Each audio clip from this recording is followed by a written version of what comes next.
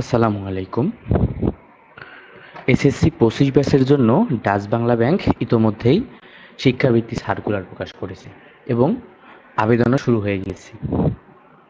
তো অনেক শিক্ষার্থী এই শিক্ষাবৃত্তির আবেদন করতে গিয়ে ছবি আপলোডের সময় বিভিন্ন সমস্যার সম্মুখীন হচ্ছে।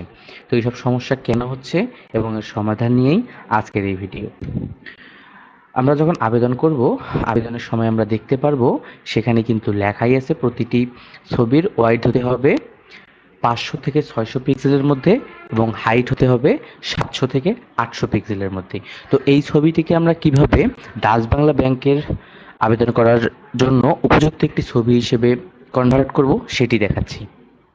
ছবিটির সাইজ আমি দিয়ে দিচ্ছি, ওয়াইড দিয়ে দিচ্ছি 500 পিক্সেল এবং হাইট দিয়ে দিচ্ছি 700 পিক্সেল দিয়ে ছবিটিকে এখন আমি ক্রপ করে নিব।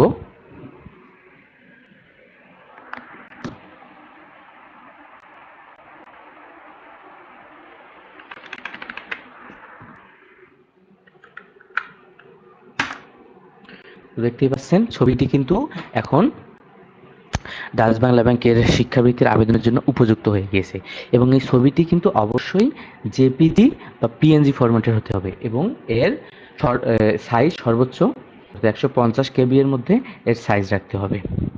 আশা করি এরপর ছবি আপলোডের সময় কারো কোনো সমস্যার সম্মুখীন হতে হবে না। এই কাজটি আমরা অনলাইনের মাধ্যমেও খুব সহজে করে নিতে পারবো। আপনারা যদি অনলাইনের মাধ্যমে করে নিতে না পারেন তাহলে কমেন্ট করবেন, পরবর্তীতে ভিডিও দেওয়া হবে ইনশাল্লাহ।